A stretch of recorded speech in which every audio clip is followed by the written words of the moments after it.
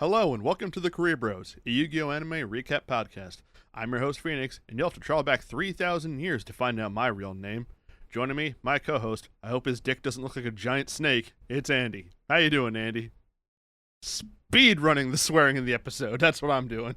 It's a worm. Oh no. It's like, you know the worm from SpongeBob? The Alaskan bullworm?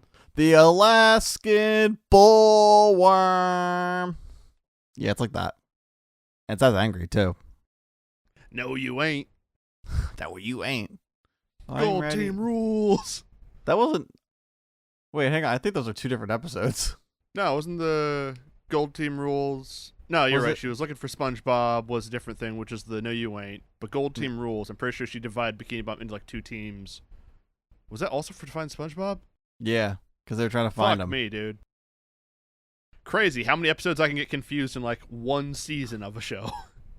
Well, there's a lot of references in like SpongeBob time. Like, Yeah, and they're all from the first two seasons of a show that's been going on for 20 years. I think there's more. It's more than that. I think there's more seasons that people believe that like they quote from.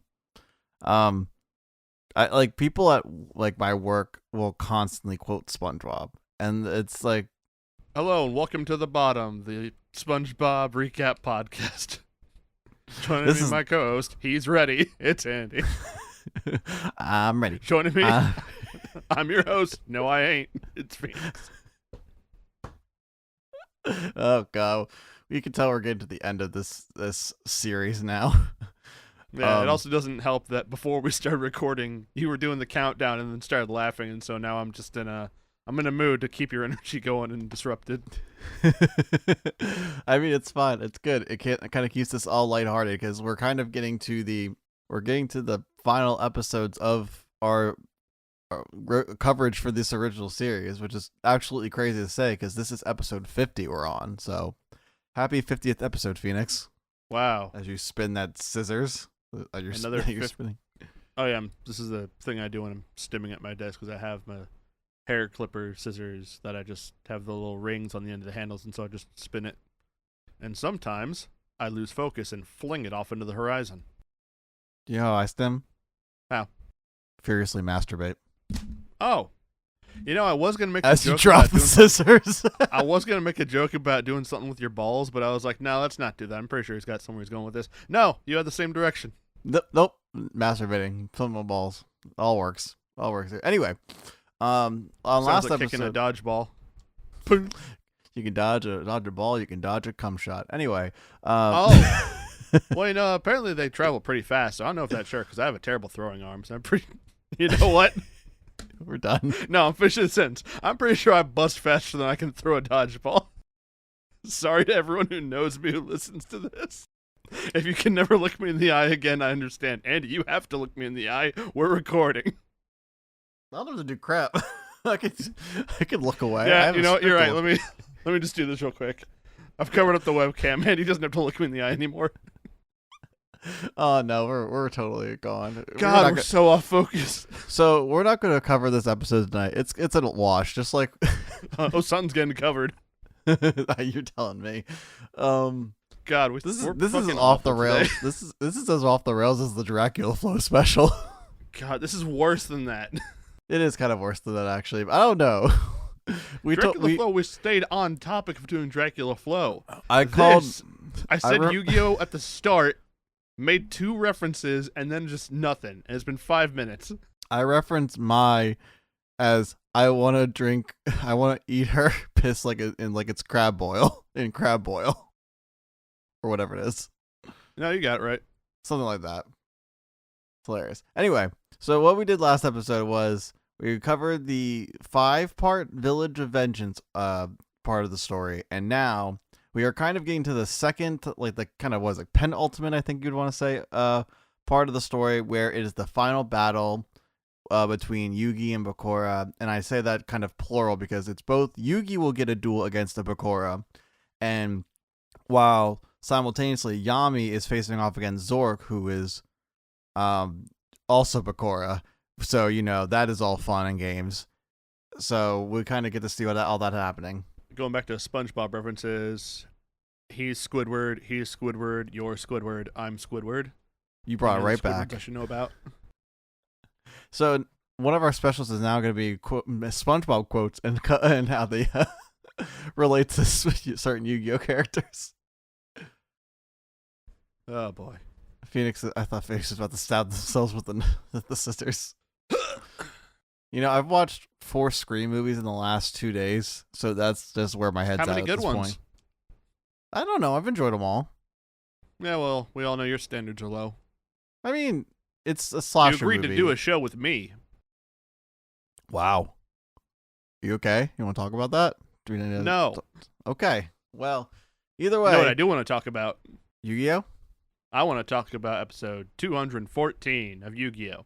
Not including manga chapters, going off a note that you left, because the manga jumps all over the place, covering between chapters 324 to 336, so it's easier to just not say which one and cover the material in order of the anime. Well, yeah, because it's just like here's something. I have a little fun fact because you're gonna cover it right now. You know that the whole like thing that you're gonna cover in this episode with like Akhenaten and Kai or Seto and like that little battle there. Yeah, that's the last thing they do before like the final duels. Like the good guys win. But then Akhenaten is just fucking around in the corner. He just comes out of nowhere, possesses Seto, and then they have the fated match of the Dark Magician versus the Blue Eyes White Dragon then. That's weird. I mean, it all happens the same kind of way while kind of like say that, like as you're going on, but like... I mean, I kind of get why they did that last, because that moment doesn't really come up in the anime. So I guess in the manga, Takahashi was like, oh shit, right. That thing I alluded to as having happened that hasn't been shown yet. I think he forgot to. I think he how forgot do I move to. some pieces around to get that moment? It kind of plays like the ending of Naruto, where like they have the big final battle and they already had like so many different reveals of so many bad guys, and then it's like, oh shit, Naruto and Sasuke had to fight. Yeah, at the Valley of the End, of course. At the Valley of the End, right the first time. They just couldn't do it again. Naruto peaked at Naruto vs Sasuke at the Valley of the End. That's my opinion. No, I think it probably peaked at Pain. I think was that pretty good, but I personally enjoyed Valley of the End more.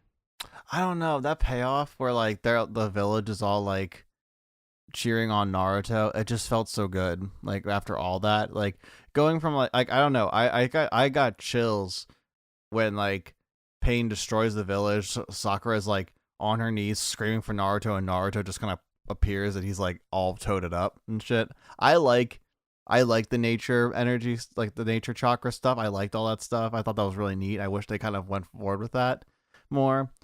But like, yeah, I can see what you mean by like the whole Naruto and Sasuke fight being really, really cool.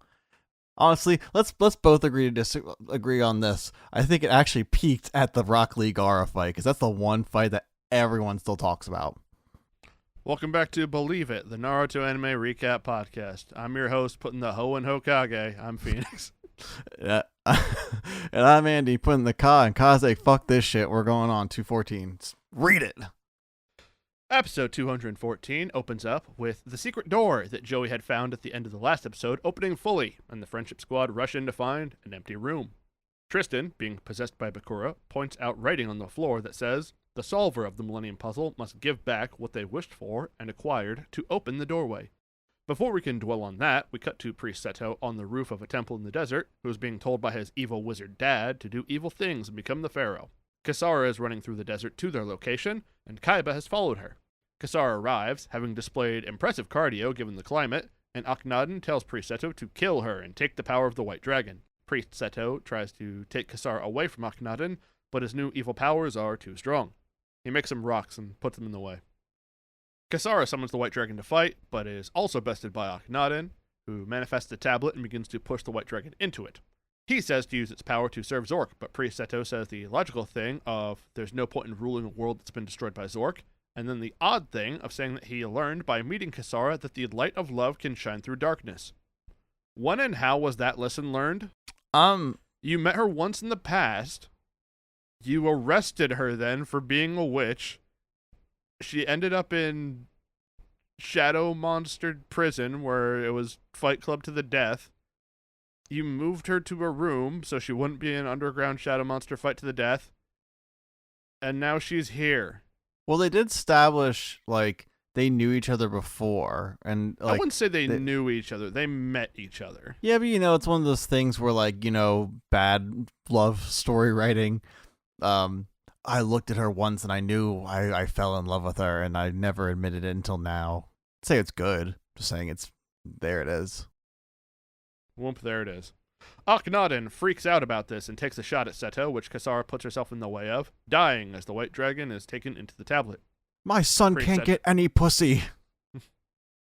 Priest Seto then stabs Akhenaten with his knife he found in retaliation, saying that his father died on the battlefield years ago. Akhenaten then just puts his soul into Seto's body as he dies, so it's a bummer all around. The pharaoh arrives on the scene, seeing the captured white dragon, the downed white woman, and the possessed priest Seto, who then challenges him to Diaha. Possessed Seto summons the white dragon, and Pharaoh summons Dark Magician, but the magician is easily overpowered and gets taken out in a blast reminiscent of Kaiba getting taken out by Exodia. Pharaoh calls out priest Seto and plays on an ego, saying that is he really going to go out like a little bitch like this? Which is the right move, as priest Seto then brings the white dragon into his soul, and it destroys Akhenaten, freeing him. Yay. Kaiba's been watching all of this go down and approaches the Pharaoh.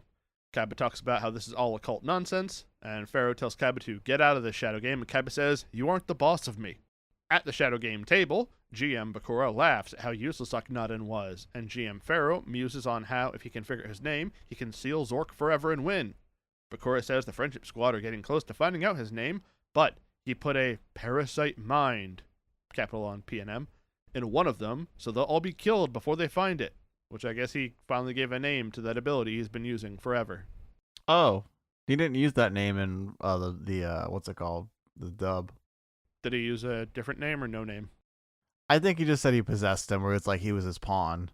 And yeah, that's a lot cleaner and doesn't make up the need for this weird name. I mean, there wasn't really any need to make Tristan a bad, like a plant in general, because in the manga, Bakura is just there. Bakura like is in the tomb because he's also a player, so he can just implant himself wherever because he's the game master and he can do that. Yeah, and he already sees like Pharaoh's name and like is blocking Yugi and the gang from trying to get to that tomb. Yeah. So I think the manga does it a little better on that front because I don't really understand the whole subplot of just making Tristan a bad guy to be a bad guy. Well, I do think he's a bad guy personally, at least in the anime. Yeah. It's weird. Back with the friendship squad in the tomb, Yugi says that what he wished for was friends, and he doesn't want to lose them. But possessed Tristan throws Yugi to one side of the room, and Tei and Joey to the other. Parts of the room crumble away, so everyone is now on a rotating platform that is balanced with all of them on it. As the platform spins around the room, it passes two doors. One which is the one they came from, and the other which holds the Pharaoh's name. Joey tells Yugi to go for the name, but Yugi won't do this because it would cause the platform to be unbalanced, and he would have to watch his friends fall into a bottomless pit. Possessed Tristan has no problem doing this and leaps through that door. And the platform begins to go all rickety wobble wobble, and then the trio jump into action, run across the platform, make it through the door, yippee. The room holding the Pharaoh's name is all blinged out in gold, and Joey sees the name, which is a left-facing side profile of a standing bird above the top half of an oval that is turned longways, beside which is a big knife from a knife block that is standing with the blade pointed upright, both of which are above another bird that is mostly facing the left profile, except the head has been turned towards the viewer, which is above a third bird that is facing the same way as the first one, except this bird has longer legs and shorter tail feathers. It's kind of a wordy name, so I'm just going to keep calling him Pharaoh. You know what Joey says it is in the dub? What's he say it is in the dub? He goes, it's a bird, it's a knife chopping a steak, and another bird, or something like that. That's an interesting name. It was beautiful. Joey is still peak of just dub. Joey memorizes the name, and Taya finds a staircase which the trio descend. In a cavern with a narrow path across it, the three are confronted with possessed Tristan, who then becomes Bakura, but not in a body horror morph way, more like just a hologram over top of Tristan way.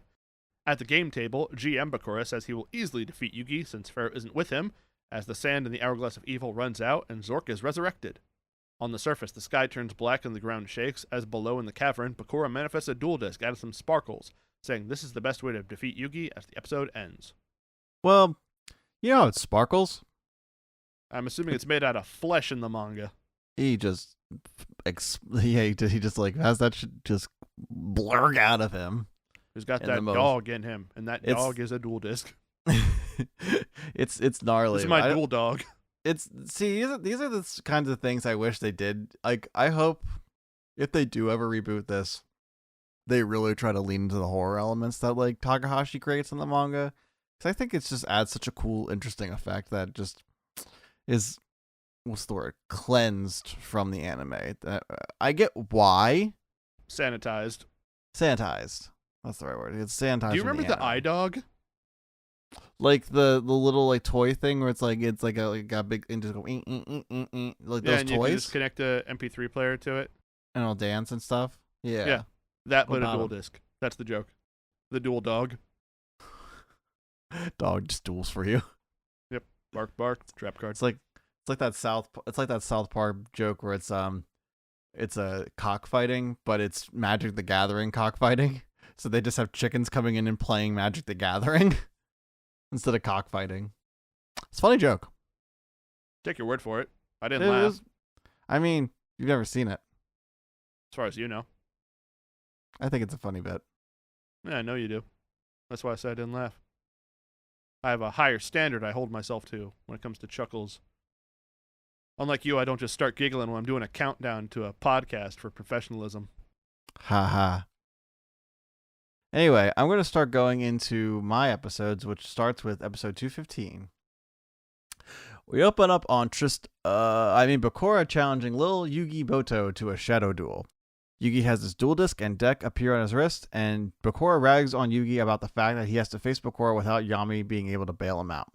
The gang starts feeling a little hesitant because, wow, little Yugi's never faced anyone in a duel before, so he probably sucks at it, so we're probably doomed. And want to find Tristan, but Bakura says they have to beat him to save not only Tristan, but any chance of being able to get to Yami and reveal his name, even though they don't really know it. Or they do, I guess. The duel begins. And we cut into the Yami part of the plot as Hassan and the priest try to retreat from the imminent threat of Zorc's arrival. Thief Bakura looks down on the remaining priest as he relishes in the fact of the reawakening of the Dark One. He turns into a pinkish red light and transforms into the Lord of Darkness, Zorc. Big-ass snake-headed dick and all. Which is understandably censored more in the dub.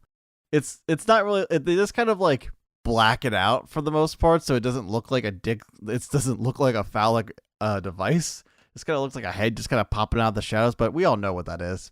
He made a big dick, which honestly, Zorc reminds me of like a monster you'd see in like Berserk, like one of the Berserk monsters, because boy howdy, there's a lot of phallic fucking things in that too. Anyway, player Bakura is sure of his victory now, because now Zorc is out here with his big dick, swinging on everyone. Zorc plans to swallow the real world into darkness and begins his assault. Hassan blocks the first attack and tells everyone to evacuate as he holds back Zorc until he gets blasted away. We come back to the start of the Yugi-Bakura duel, where Bakura informs the gang of the arrival of Zorc and he will be the ones to take care of them while Zorc takes care of the rest. Yugi starts the duel and opens with a face-down card and one monster in face-down defense position. Bakura summons Doomed Caliber Knight. I wrote Knight as the night, like the time of day instead of the fucking title. So fuck me. It feels like a good time to mention that when I was doing my notes and I got to your part here, I made a lot of grammatical corrections to it. Thank you. Except that one, apparently. Thank you. I assure you, I went for mostly stuff that was just misspelled or wrong place of possessive S commas and all that stuff. Thank you, editor. Appreciate it. Yeah. Either way, Doom Caliber Knight attacks Marshmallow, whose ability is triggered to take 1,000 life points of Bakura's and reveals he can't be destroyed in battle. But I don't think Marshmallow has that ability for real, does he? He just has the ability to not be destroyed by, like, battle. Like, it can be, like, spell and card effects, though. I believe the first time it is attacked while face down. I'm looking at it. I could just be thinking of the manga, because that is just what the thing is. After damage calculation, if this card was attacked and was face down at the start of the damage step, the attacking player takes 1,000 damage. Okay, so that's just how the card's going to be. Okay, well, still makes sense. Either way, Bakura ends his turn with a face-down card. And then we jump back to the Yugi side of the story where Isis is using her spirit monster to view the battlefield and Zorc's whereabouts, which is crazy because Zorc's a giant monster. You know where he is. You just look up.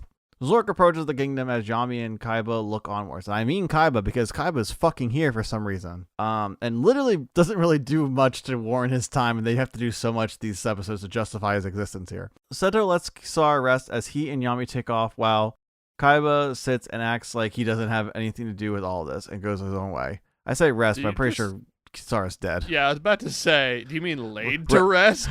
Rest in peace. My brother in Christ, she is dead.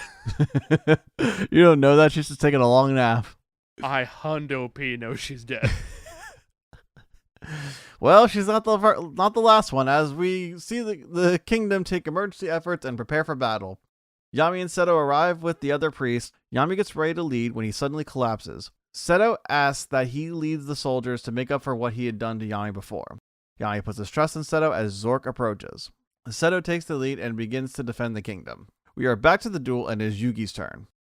Yugi plays one card face down and summons Silent Swordsman, level 0, in attack mode with a 1000 attack. Doesn't look too tough on the surface as Bakura and the gang are stumped by Yugi's strategy. Yugi then reveals his one face down card as the magic card Marshmallow Glasses, which equips to his Bakura's monster. Now Bakura's monster can only attack Marshmallow. Bakura takes his turn and plays Negate Defense to make Marshmallow switch to attack mode and attacks Yugi. He plays a card face down and ends his turn. We come back to the Zorc assault and the army are doing their darndest to take him out, but Zorc is blasting everyone away. Back at the player board, shit's popping off around the players and the player board as what's happening in the game is affecting the present too. Bakura kind of says something along the lines of, if the world was destroyed 5,000 years ago, how would there be a world today? Bakura is relishing in the fact that he's able to finish what Zorc started 5,000 years ago. Yami tells Seto that they need to retreat, which they start to do. We see scenes from the present day world where cities start to look like they're crumbling. We see Rex and Weevil, whom I thought were dead from the beginning of the arc. I thought Bakura kind of sent them to the shadow world. Oh yeah. Maybe the animators forgot about that. What if they're just really dedicated cosplayers? They were really dedicated then because they're even doing all the fucking lame shit too. Either way, they're being blown away by the harsh winds like they've been blown away harshly by the story's writing.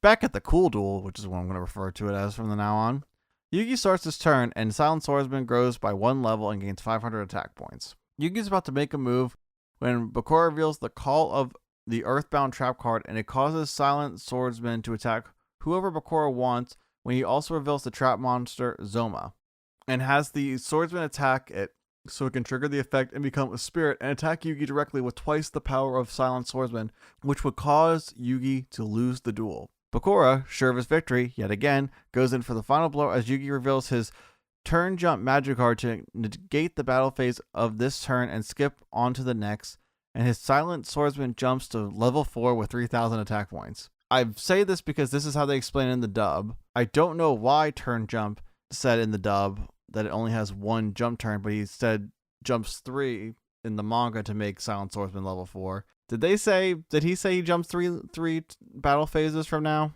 No. The sub? It was 1 turn? Yes. But he still jumps 3 levels.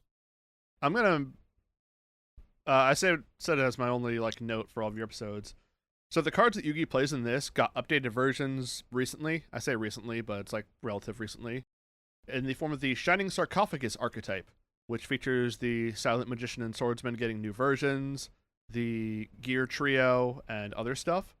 And Yugi there are stuff. cards like Marshmallow also got a new version of it. There's a version of Dark Magician Girl that are about this. Also another Gandora.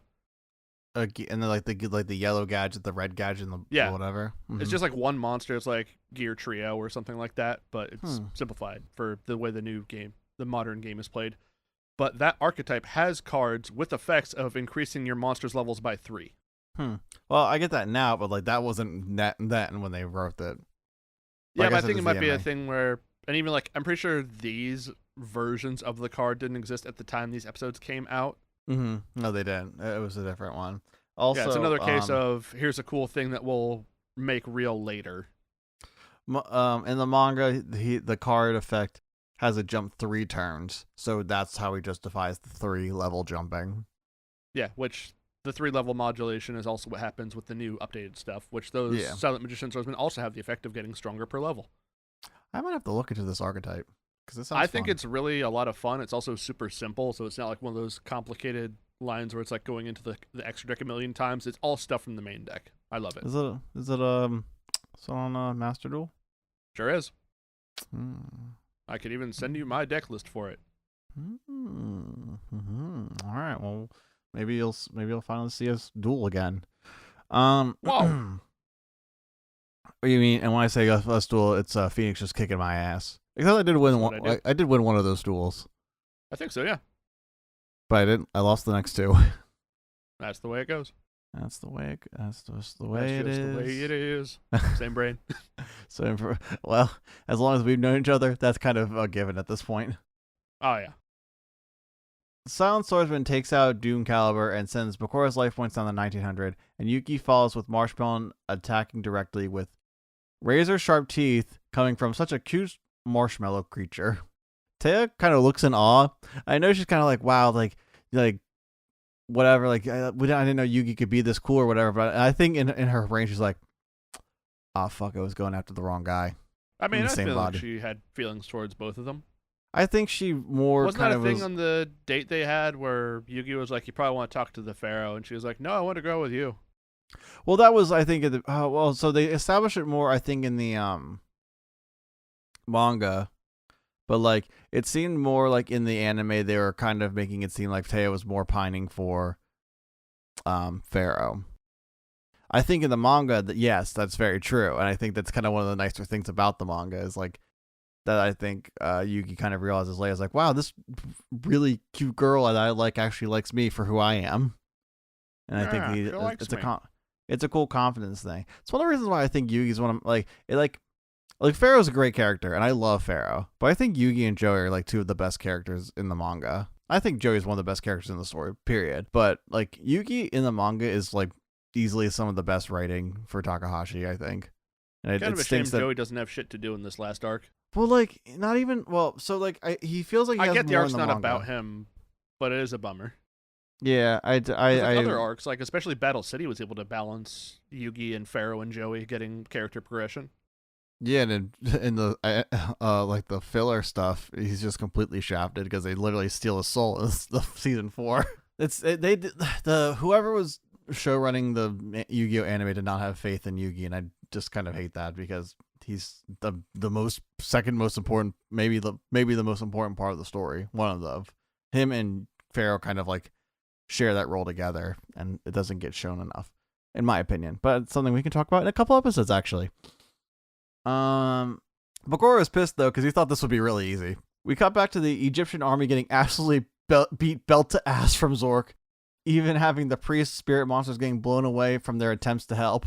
Player Bakura boasts to player Yami that Yami had an easier time with this before, and as he has a lightning strike against Shada, killing him or sending him to the Shadow Realm. Bakura says they will be joining him shortly as darkness envelops the world. Yami is determined to win this, but his key to winning is held up in a children's card game by the one who awakened him all those episodes and one failed startup series ago. Episode ends.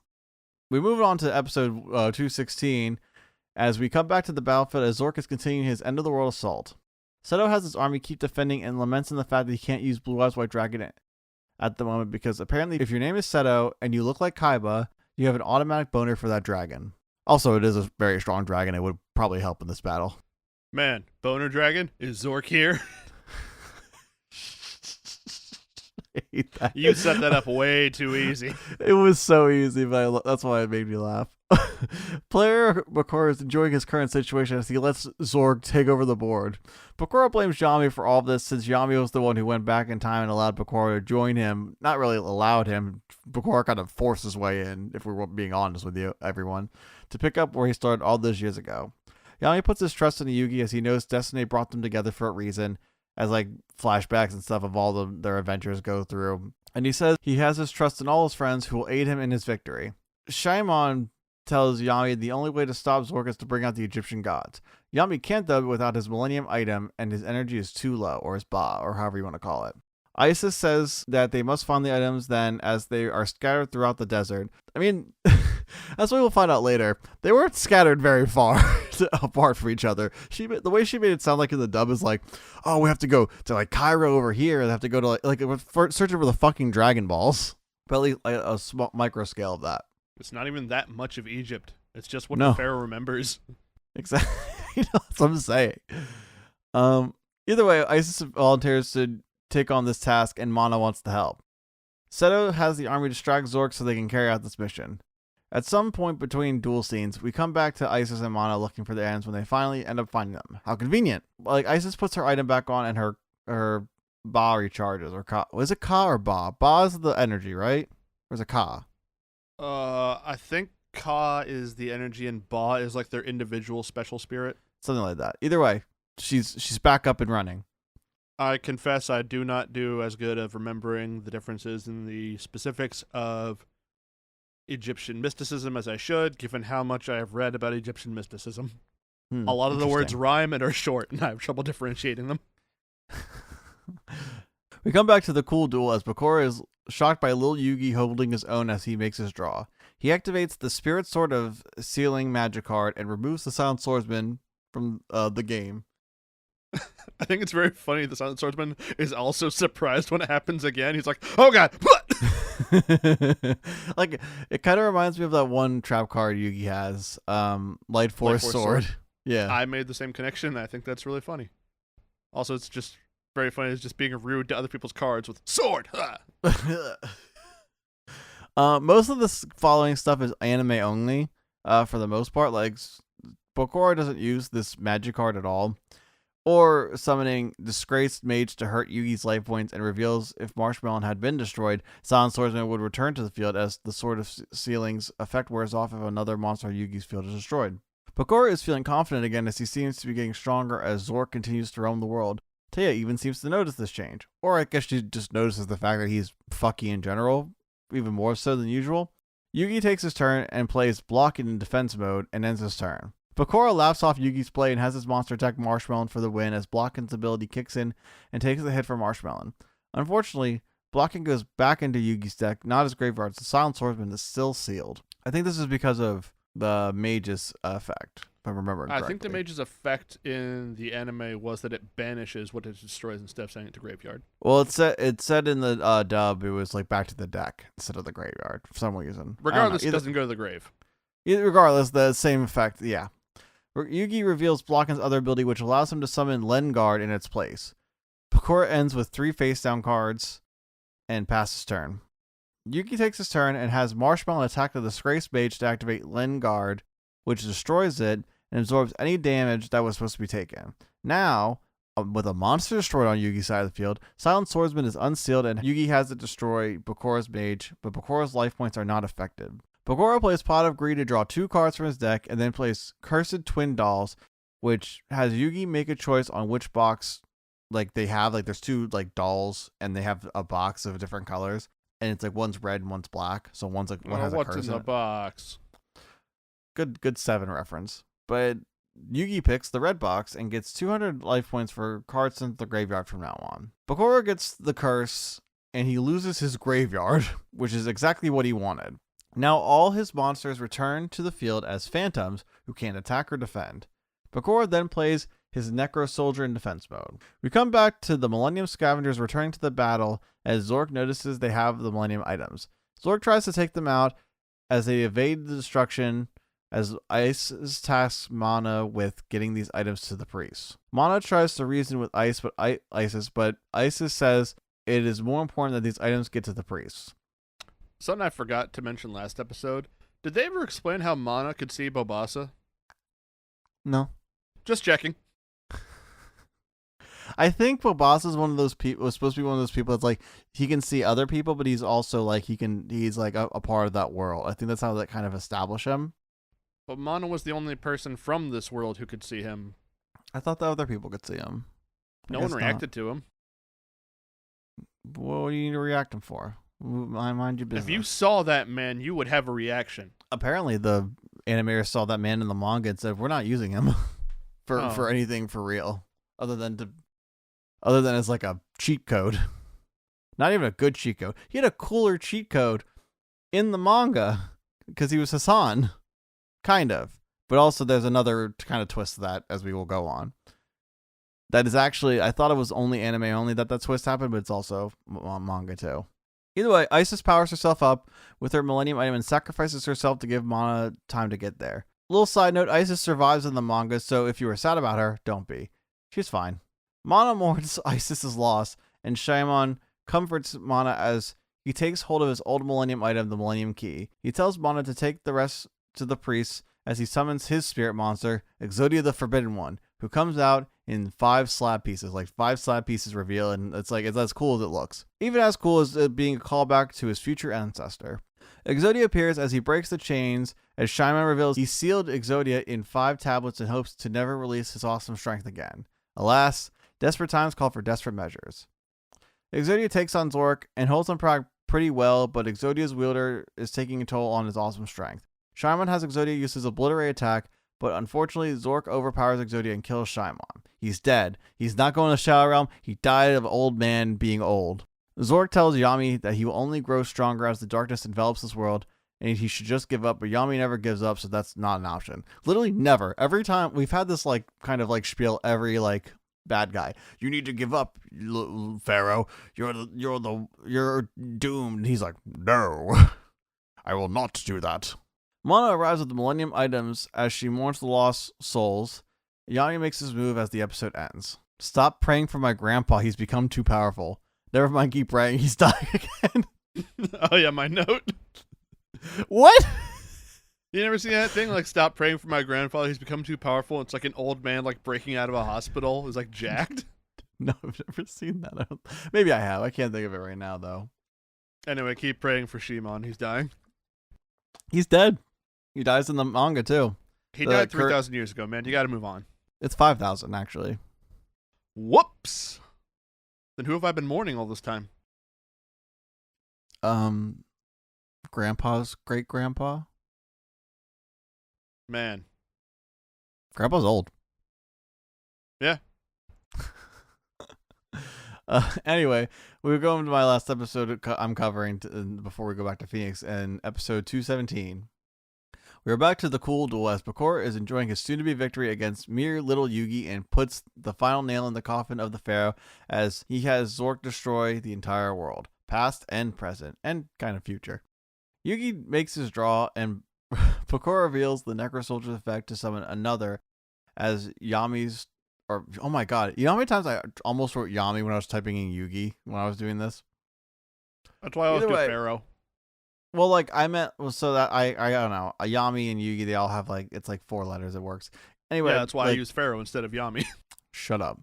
Yugi starts his turn, and apparently because Necro Soldier summoned 1, apparently can summon a 3rd, which is weird.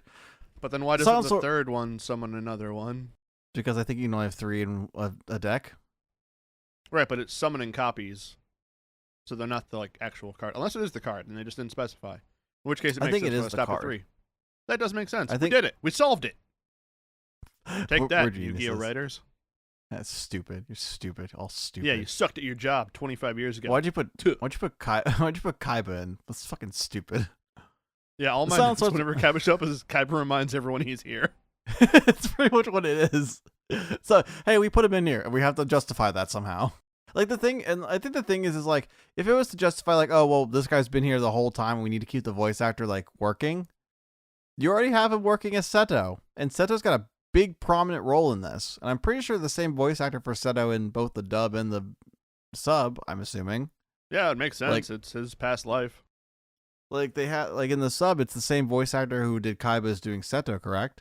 You can't tell from the you can't tell that from the. I'm awful at telling voices. Preseto, IMDb. That is just saying Eric Stewart for the English. What can I get for the sub? Cannot get a goddamn thing for the sub is what I can get. Yeah, I'm only getting English voice actors on IMDb. Sag. So we'll figure it out later. Or I'll jump in. Editor Andy will jump in later. You know what? Call up Eric. Eric Stewart, can I bother you on this late night? I have a question sure. about Yu-Gi-Oh. Go on. Well, it's the only thing giving me money. No, I'm just kidding. Eric Stewart, I think, still has a pretty decent career. I hope so. At least he's very, very good at what he does.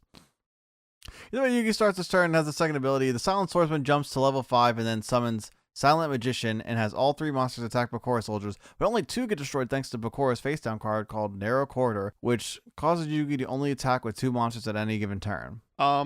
Not to ruin the flow that you just reestablished, I was just looking at Eric Stewart's Wikipedia page to find out about his career because he said he does good stuff.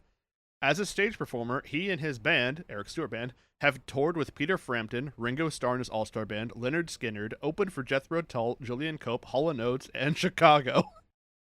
Yeah, he's doing great. Yeah, he's fine. He's doing fine.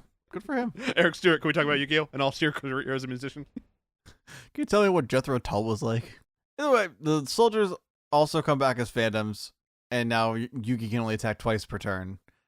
Bakura takes his turn, and Yugi reveals that Silent Magician is also a level monster who grows levels for each card the opponent draws. Bakura plays the Counterbalance Magic card, which forces both players to discard cards from their deck equal to the amount of monsters on the playing field at the end of their turns. Bakura, though, has no graveyard, but Yugi is not so lucky, so Bakura plays a deck destruction strategy which I'm sure would eat Kaiba alive to know. Yugi is in big trouble as he can't attack more than twice and the monsters would still be around anyway. Bakura then adds to the discard count as he summons Necro Mannequin and a trap card which sends more of those fucked up mannequin cards. And then Bakura ends his turn. He just does this with Multiply in the manga. It's the same idea, but it's whatever. Who cares? Because Multiply doesn't work like that, and they make it work more for Kuribo, our God, Lord and Savior, and not fucked up Necro Mannequins. We come back to the big battle, and Yami takes a stand as he uses his one hope as he summons the Egyptian god cards, Slaver the Sky Dragon, Obelisk the Tormentor, and the Winged Dragon of Ra, who burst onto the battlefield. Slaver even pushes Zorc down. Like he's like, and he pushes, and he's like, ugh. Zorc gets knocked down a lot. But he gets up again. Gonna bring me down, player Yugi. He was a bit more confident, but Bakura says they are no match for Zorc as he and Zorc are one and the same, which is supposed to be the twist, but we bit new. I think I like Bakura being his own evil fucked up guy more than him being Zorc. Because we've seen Bakura this whole time. I don't like it being a twist where it's like, this whole time I was this other guy you didn't know existed. Well, we knew he existed. He established him in his first real battle with Yugi. Yeah, in season 0. Yeah. But like, most people Not didn't in the see anime. season 0. And most people should at least read it. I like Bakura. I'm sure we could talk about this at the end. I'll mention it again, but I just want to make sure I get this now. I like the contrast of the Pharaoh versus the Thief King more. Yeah, I get that. I mean, I guess in a way, it's like Zorc isn't necessarily like a being, is more just like an idea, and like he just kind of like spreads himself out in different ways. So you kind of can make Bakura his own person or evil Bakura his own person, but I get it. It does kind of undercut it a little bit. The players merge with their characters' POVs. Kaiba's on the side just sitting in awe. And he is also here. Yami starts his godly assault, but it does not do what he had hoped it would, even after a combined attack from the gods themselves. Like they both all attack one at a time, and then they all just go for one big combined attack. Zorc starts to cover the sun in darkness and starts beating on the god cards as his strength keeps growing. The god cards are taken out as Zorc starts showing his unbeatable strength. What could the good guys do now? Maybe there's one last word that could save the day. Speaking of which, we come back to the duel where Yugi starts his turn and has his swordsman grow another level. But Bakura gains another fucked up mannequin. Yugi has his 2 monsters destroy Bakura's fucked up monsters, but Yugi ends his turn with losing 11 cards and having 17 left, but he gains another 2,200 extra life points. Bakura takes his turn, and Silent Magician grows another level. Bakura plays another monster that adds more tokens to the field and adds the discard count to 14. Yugi takes his turn, and Swordsman grows another level, and rinses and repeats the silent monsters attacking and Yugi forcing to end his turn. Before that, though, Yugi activates Arya from Beyond magic card to play a magic card that has been removed from the game, and he chooses Bakura's Spirit Sword of Sealing, and uses the effect on Silent Swordsman, which shocks Joey and Taya. as Yugi ends his turn, discards 11 cards from his deck, or I got 14 cards from his deck, whatever at this point, and gains another chunk of life points. Bakura draws, Silent Magician grows, and Necro Jar is played, attacking Silent Magician to activate its ability to discard 4 more cards, leaving Yugi with but 1 more card left to draw. Bakura is reveling in his soon-to-be victory from not only Yugi, who he felt he could beat anyways, as he is nothing without Yami, but also Yami, as Bakura is Zorc, who is currently swinging his snake dick around in Egypt. The gang tries to cheer up Yugi, but Yugi is doubting his strength as Yami was the one who could always help him. Yugi then sees a vision of Yami calling out for Yugi, as he can't win without his support. Yugi gets his morale boost as he makes his draw and sacrifices his 2 monsters to summon Gandora, the Dragon of Destruction, who covers Bakura in a bright light as the episode ends. They explain Gandora next episode, Phoenix, by the way. Yeah, I remember that ending being a lot more like abrupt. Bakura is done now, as opposed to this where it's just like, here's Bakura's Wrath of God ability. We'll explain the Wrath of God next time. But I guess we'll find out in this next episode you get the cover. Yes, episode 218. It's time for everyone's favorite, me. Yay! The episode opens up back in the maze within the Millennium Puzzle, where we had left Shoddy. Remember that? He's been here this whole time. Yeah. He's also kind of here in the manga, but you will find out that later. Yeah. He remarks on parts of the maze disappearing as the pharaoh's memories are returning to him. All of the Egyptian gods are stoned out of their minds, and Zorc is drawing ever closer to the city. The soldiers all turn and run, leaving only the pharaoh, priest Seto, and Mana. Seto has Mana take the pharaoh away as he charges Zorc himself, invoking Kasara's spirit to summon the white dragon, which starts giving Zorc the business. It blasts off one of Zorc's arms, which undoes the eclipse somehow, but in his triumphant moment, Zorc's snakehead dick bites the white dragon, and Zorc turns it into stone before shattering it, which also kills priest Seto, but not really, he just kinda also turns to stone. It's weird. Then he kind of comes back anyway? Yeah, it's weird. Also, he's a ghost because this isn't real. I don't know. Art is a lie. Nothing is real. Anyway, also, Seto down, Eclipse back on. Kaiba's been watching for a bit and is upset Blue Eyes was defeated. Kaiba sees 2 young brothers running from Zorc, one of them kind of looks like Mokuba, and he tries to save them, but is unable to before Zorc incinerates them before his very eyes. In his anger, Kaiba manifests a dual disc and summons Blue Eyes to take up the fight. He further fuses Blue Eyes into the ultimate dragon, which puts Zorc on his ass again. We cut back to the cool duel to when Yugi had just summoned Gandora. Yugi uses Gandora's effect to destroy every monster on the field, so Bakura's lock is broken. But this also kills Gandora, because Gandora's effect is to destroy every monster, which it is included in the every. Because Gandora went to the grave, the Silent Swordsman is then freed from the sword on the wall, and is back on the field with 4,500 attack points. Yugi attacks, and Bakura loses, coughing up some blood as he does. That was neat. Oh. I don't get that. Yeah, I assume they didn't have it in yours. I figure. What I will say is this is not like this is kind of the same idea how they do this in the manga, but the difference is Yugi has a spell card that basically protects Silent Magician from Gandora's effect, and so he just kind of goes in for the kill after that. It's the same idea. It's also kind of weird that for this being a shadow game, it feels like this was like the least shadow game of them all, where like no real effects were felt by other duelists for losing life points. Well, you know, he's busy doing a lot of things right now, so you can only do so much. And also, to be fair, the shadow game is more the big playing field with like player Yami yeah, and this player is like a Bakura. Matryoshka doll of shadow games, so I guess each one does get smaller. It's kind of like everything is a shadow game right now, so it doesn't really matter if it's all fucked. It's not. They don't really need to convey it in the same way that they did like in Battle City and stuff like that. Like it's all. If you're dead, you're dead. Those are the rules. If you're dead, you're dead. What are the rules? You know the rules, and so do I. As he fades, Bakura says he was able to stall long enough to weaken the pharaoh before he was able to get his name, and dies laughing maniacally, turning back into Tristan, who gets up, not knowing where he is. Joey and Taya bring him up to speed, and all of them go run out of this cavern to bring the pharaoh his name. The squad are intercepted by Bakura's ghoul squad, who Tristan charges at to sacrifice himself to repent for being a lame character. For being brainwashed. No, you're right. It was a lame character. Who said that? We're all looking for the guy who said that. Joey goes to save him for some reason and blocks a sword unintentionally by manifesting a dual disc.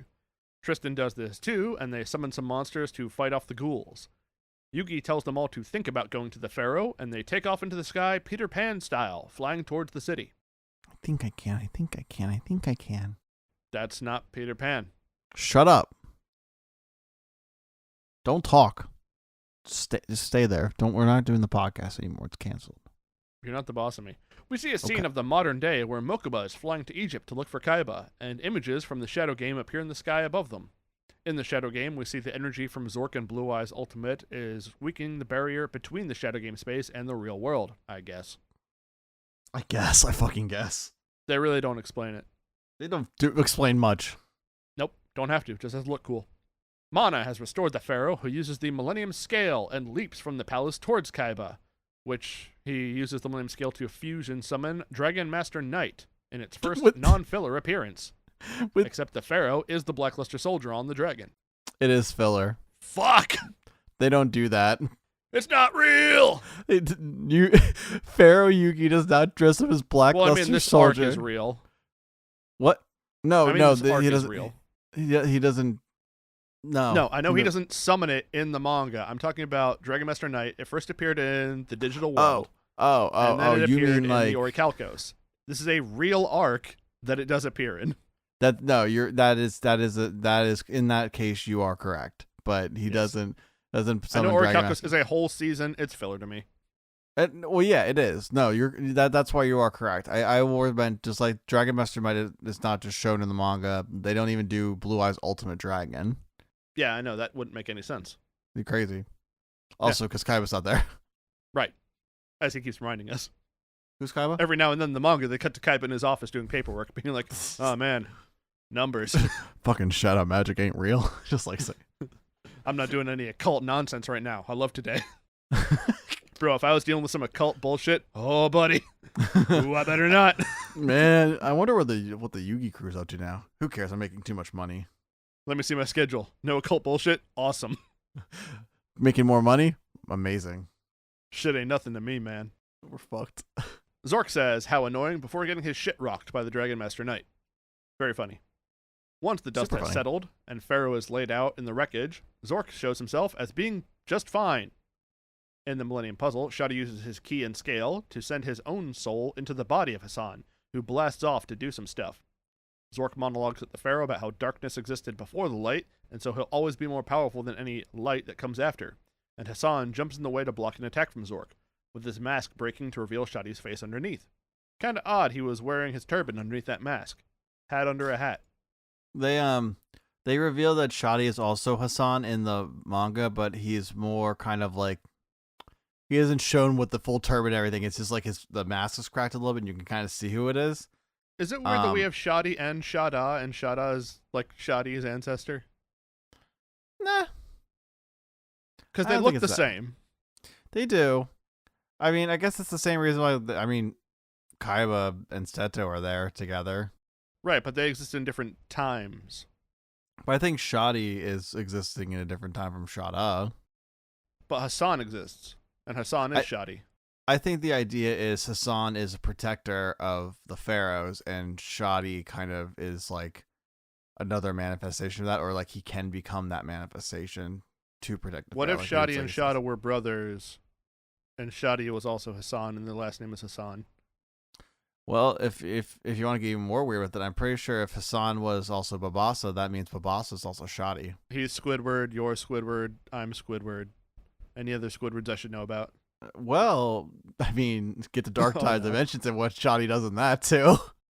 Well, he's still Shadi in that one. That's not his fault. He's everywhere. Like that's the interesting thing about Shadi's role in the manga is just he's everywhere and nowhere at the same time, and that's just how it always has been. And he's always kind of cool. He's always kind of cool, and also apparently he's a muscular protector of pharaohs now. With a cool, Yeah, with you a cool don't actually mask. see it because he's wearing the robes. He's jacked under there. He's jacked as fuck. Hassan is fucking ripped. So Shadi's fucking ripped by extension. Yeah, I heard Shadi has a six-pack. I heard Shadi is shredded. Confirmed. Shadi lifts. He's yoked. Yeah, the Millennium Scale gets on it. Yoked. So Yeah, I got the Millennium Bench Press, the secret 8th item. It's just some weights he's got just going the entire time. With the power of my Millennium item, I can get these gains. I can deadlift this shit into the Shadow Realm. The bits write themselves. Episode 219 opens up, and things are fucked. The city is in ruins. Zorc is ready to destroy the Pharaoh and promise tomorrow. Zorc monologues about his power. Yeah, don't you know? Oh, fuck. The Egyptians invented prom. I forgot to write my text. Also, I don't have a date. Oh no! Wait, I just remembered another. I'm still thinking about Shoddy being ripped, and just thinking like Shoddy like wearing the ropes. You're like, don't be intimidated by him. Just picture him in his underwear. Oh no, he's hot. Wow, that's 2 callbacks because of all the SpongeBob shit. We're hitting all the beats. If I get a third one, hat trick.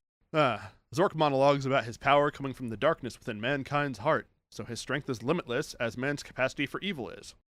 Thinking he's about to die, Pharaoh calls out for Yugi, and the squad appear in the sky.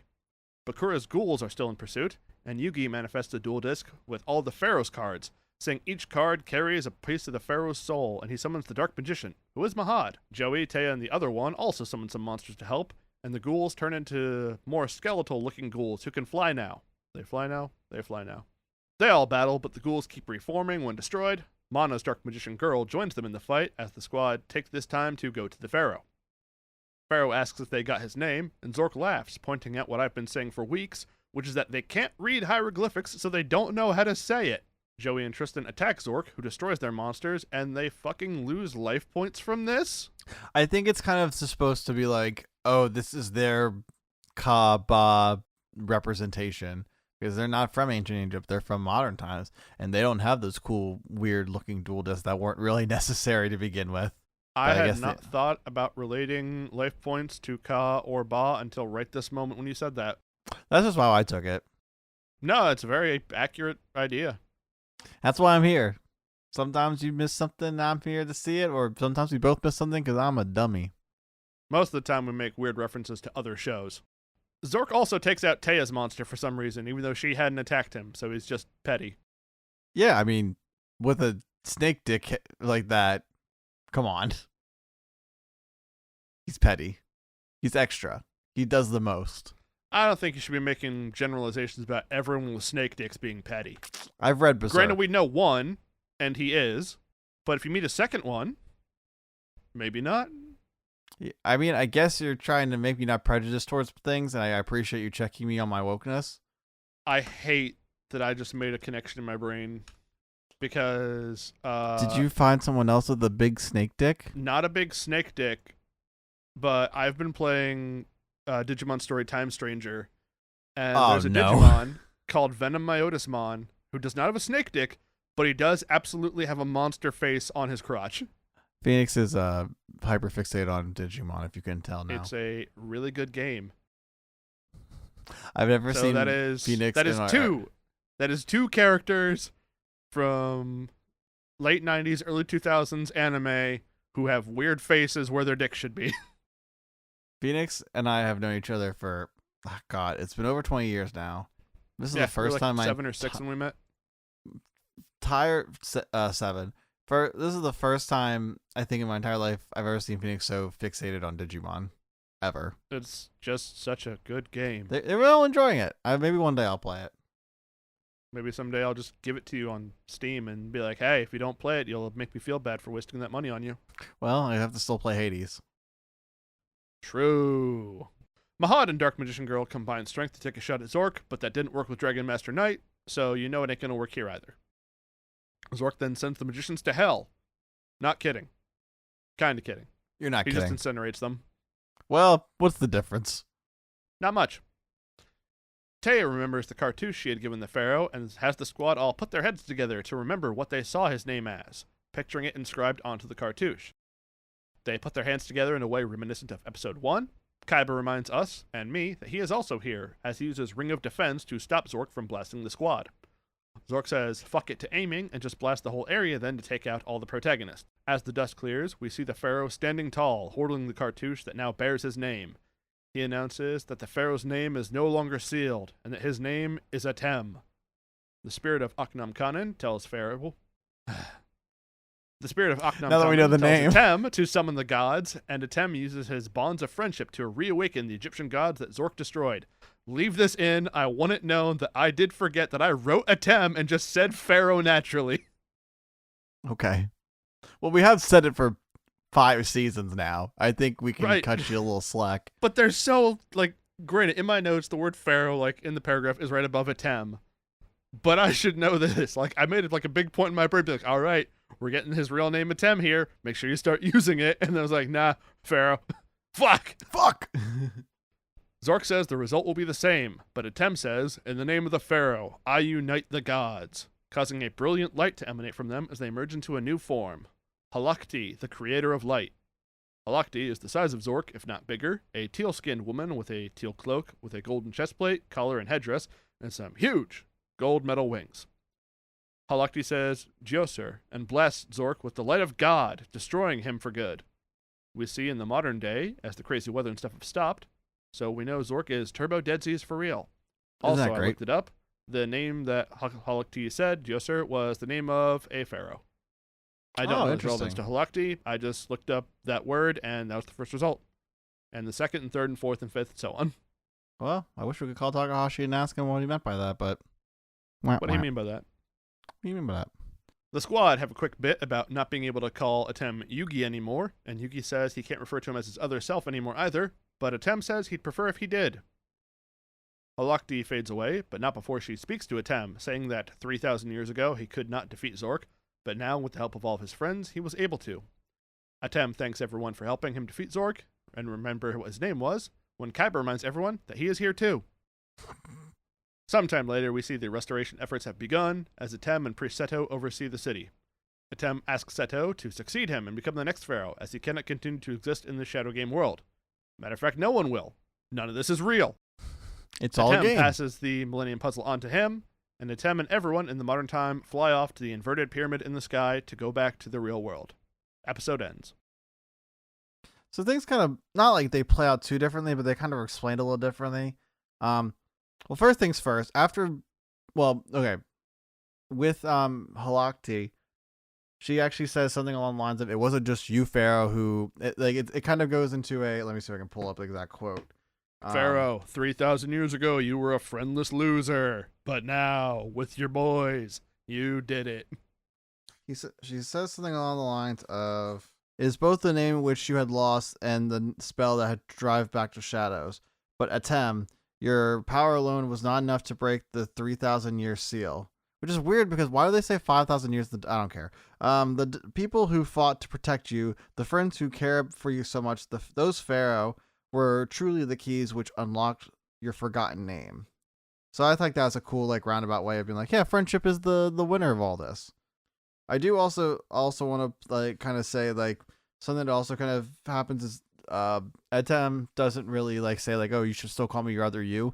It's more kind of along the lines of, like, wow, I feel like I'm, like, starting to become my own person again. And, like, I'm starting to feel like my own individual self for the first time in forever. And Yugi's, like, happy about that. And also a little sad because, you know, things might have an ending here very soon. I've also never mentioned this before, but whenever the Atem has been referring to Yugi throughout the show, he's referred to him as Aibu, which, when I said that Pharaoh called out for him before, he does call out Aibu, which I thought was a neat little way for him. Like, when he thought he was going to die, he called out for, like, his best friend. Mm-hmm. And it worked. Like, I will say this, as much as I said, like, okay, so I guess we're done, right? We've covered all my notes for the episode, so we're doing thoughts. So you better not do that thing where you say some stuff and I agree that I feel the same way, and then end off by saying, what are your thoughts, Phoenix? I swear to God, I'll kill you. 50 episodes later, this is where it starts coming up. Anyway, well, it came up last episode, actually, more than anything. But, 50 episodes plus our in-betweens. True.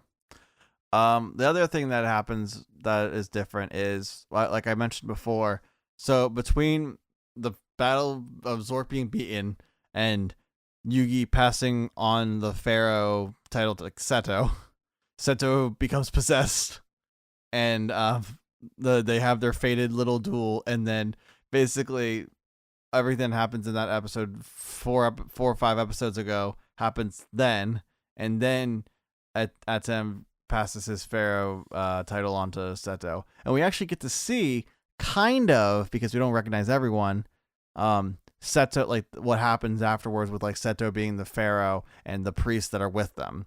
Isis is still around, like I mentioned before, and Mana takes the Millennium Ring in Mahad's place, but you don't recognize anyone else. You can just tell kind of from their like silhouettes. New priests to this. Only other note I have is that the manga chapter for 333 is the same name as this episode, which is in the name of the pharaoh or something like that. Yeah, that's the name of the chapter or the final episode, 334. So, yep. I guess if we're going on to thoughts, as much as I've complained about like things being jumbled in the manga and the anime and like how I haven't like agreed with a lot of things, this is one of those times where I was fine with it, a lot of it. And I think everything kind of worked out though normally the same way that it does in the manga, and also like I think it is done all pretty well. I love the Bakura Yugi duel. It's one of my favorite duels of the series. I'll be honest with you. I love watching Yugi fucking kind of be like an underdog in a way, and also just like completely slap ass. And I haven't really been like as familiar with the final battle too much, so it's always fun to kind of go back to. I did remember like Shaimon summoning Exodia. Like I think that was the one thing that really stuck out to me, and the fact that like the god cards get combined, but everything between, and also obviously Yugi's name being revealed, or Yami's name being revealed to be Atem.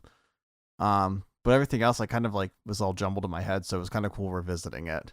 But other than that, like it's been like all this was pretty fun. This was a very well done way to kind of tie up all the Shadow Game loose ends and the end of Bakura, I guess more the end of Zorc and the end of that Shadow Game evil kind of happening. But that's kind of you wish you never saw Zorc again. Do you see him again? I'm gonna leave that line to linger with you for a couple years. What? Oh, I no. also enjoyed what we covered in this. I especially enjoyed that the Yugi Bakura was not the most way we're going to see it, because, spoiler alert, we have one more batch of episodes to cover for the show, but a good way to show Yugi's own growth, which is part of the reason why Bakura didn't think Yugi would be a threat, but now in this duel we see that Yugi has been growing. Like, this is the most apparent in your face way of showing us that Yugi has gotten his own strength throughout the course of the show, where he's able to like take on the big bad on his own in a different way than the Pharaoh did, being just a duel and not the whole Shadow Game, but still doing it. Yeah, and it also is nice that like he had the modern, like the kind of the way we've all known how to face a bad guy in this series, where the battle version is just card games.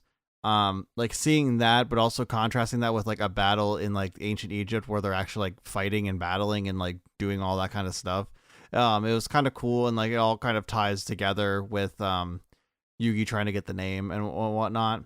I think it all kind of was a good, like I think this is all a good love letter. I think this is what I really like about Millennium. It is a love letter to this series, not just the dual monsters part, but the entire like idea of Yu-Gi-Oh and how it was originally started in general. So I think that really ties up the bow and kind of like ends things nicely with the Bakura Yugi, not rivalry, but like what is it? What would you want to call it? The blood contention, blood feud. That's a good one.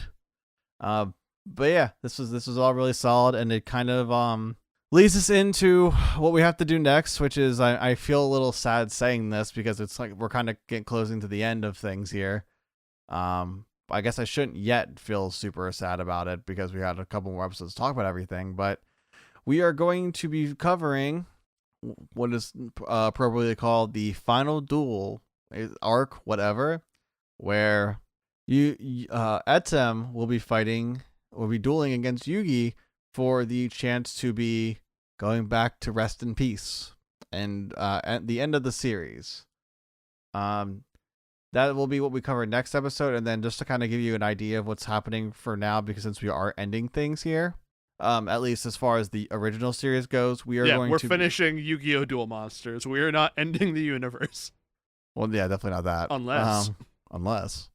I mean, I don't want to be in the universe if there's no Yu-Gi-Oh!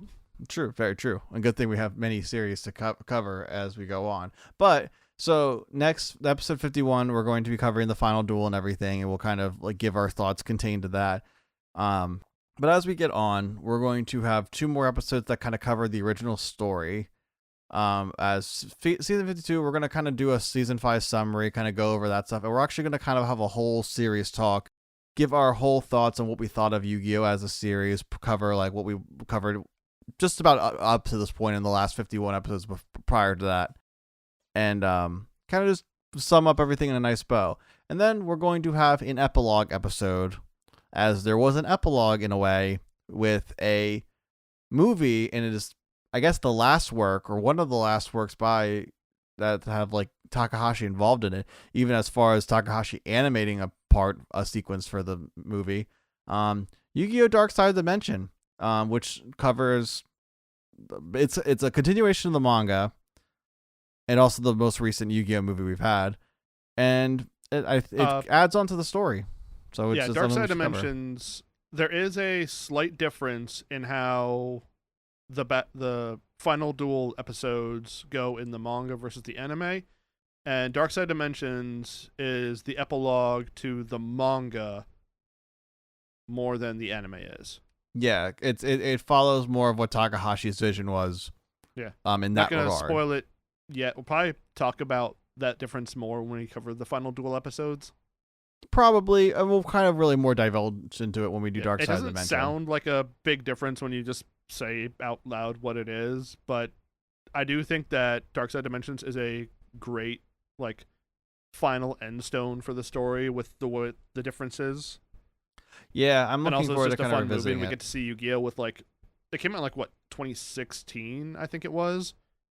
I think 2016, it was later 2017. than that. I think it was Dark of Dimensions. 2016, yeah, 2016. Yeah. So seeing Yu-Gi-Oh! With like modern quality animations and like a really good story, and also the movie's like longer than I always remember it being. Yeah, I remember it is over 2 hours. Yeah, and it's a pretty good movie. Yeah, in my opinion. like Takahashi really puts everything he has into writing this. I know there's more writers than him, but like his involvement is probably very necessary, and it is one of the last things he kind of does before he unfortunately like lost his life about 6 years later. So it's kind of cool that we get to see him in one of his last works of Yu-Gi-Oh! I know he is involved in some ways. I've learned over with like GX and I think 5Ds and maybe even Zexal, but I think Dark Side of Dimensions is one of the last things he does like Yu-Gi-Oh! Wise. Yeah, DSOD was after all of those. He did do a 2-part manga called Secret Reverse for the Marvel Shonen Jump Super Collaboration, which released in 2019, but I don't think he did anything with... Okay, yeah, it's right here. So following the end of the original manga serialization, Takahashi would supervise adaptations made by his assistants, such as Yu-Gi-Oh! R, which we've covered here, by Akira Ito, Yu-Gi-Oh! GX by Naoyuki Kageyama, and 5Ds by Masashi Sato. So he does kind of Advisory work. Well, I think more for the mangas more than anything, because I did remember reading the GX manga and the mangaka like having little side notes about like advice he's gotten from Takahashi and things like that, and it is kind of interesting. I would like to figure out a way, I guess, to follow suit with this. Eventually, I don't know. We might be taking a break after we're done doing the whole like Yu-Gi-Oh! Series, but we will go to GX. We'll go to GX. It's gonna happen. We're gonna move on. I don't want to stop this. I enjoy doing this with Phoenix, so we're gonna continue on. And as long as they keep making Yu-Gi-Oh! Content, we'll kind of keep going as long as we want this, or if we want to stop it, then we can do it whenever. But I do want to figure out a way if we could like talk about the manga in general, but I don't know how we're gonna do that. And I know whatever, but I would be interested to kind of at least like make some sort of notes to it because of Takahashi's development. But regardless, yeah, so next 3 episodes, Final Duel, series talk is the next one, Dark Side Dimension, and then we will take a short break, get things kind of ready. We're going to kind of not do a rehaul, but obviously I want to do a new intro for the new series, kind of whatever, and do some like there'll probably be a little bit of a format change, but nothing too big. But you'll still Can't have wait to us. hear your best rendition of a Simple Plan cover of the Yu-Gi-Oh! GX theme. I already have an idea of what I want to do, so I'll do it eventually. But we'll be back here eventually. And I think I might some other stuff will happen in the meantime while the break's happening. More to be announced soon, but I think this has gone on long enough because we are about to hit an hour and a half of recording time. So I don't care. You don't have any other thoughts. So do your socials. You can find me on twitch.tv/PhoenixFarce, youtube.com/PhoenixFarce. I do casual streaming, every week I try to do a couple of viewer matches going into Yu-Gi-Oh! Master Duel, seeing what the fine folks out there are getting up to in the meta. And lately I've been doing a ton of Digimon Storytime Stranger, all of that stuff, all my videos, streams get uploaded to YouTube same day. You can go ahead and find them there to see more of me. Where can people find you on the internet? Man who I hope was just looking up the names of his socials so he can get them all right in the first try. You can find me on Instagram at artbypapa_. You can also find me at Tumblr at papa-art. I post mostly art stuff. I actually just posted on my Tumblr, and I don't, because I'm too pussy to post on my Instagram yet. My first step into manga. I just made a 4-page manga myself, and I'm planning to do more 4-page mangas as we go on. Hopefully, in the steps of making my own one-shot, somewhat in some way. So I'm check that out. I'm hoping to kind of keep that going, and we'll see where that goes. Other than that, you can find us on Instagram at Kuribros, on Twitter at _Kuribros, and and YouTube on the Kuribros, which will have more episodes up in the near future, probably around the time this comes out. Hopefully, I don't know. We'll see. In the meantime, I'll be signing off. My name's Andy. I'm Phoenix. Giddy up, and my name's Atem. I don't have a joke to go out here. I'm just going to make a comment. It is wild for all the updates that YouTube makes to its interface and its layout that not in the entirety of its lifetime they've added just a little thing you can press that's just loop this video.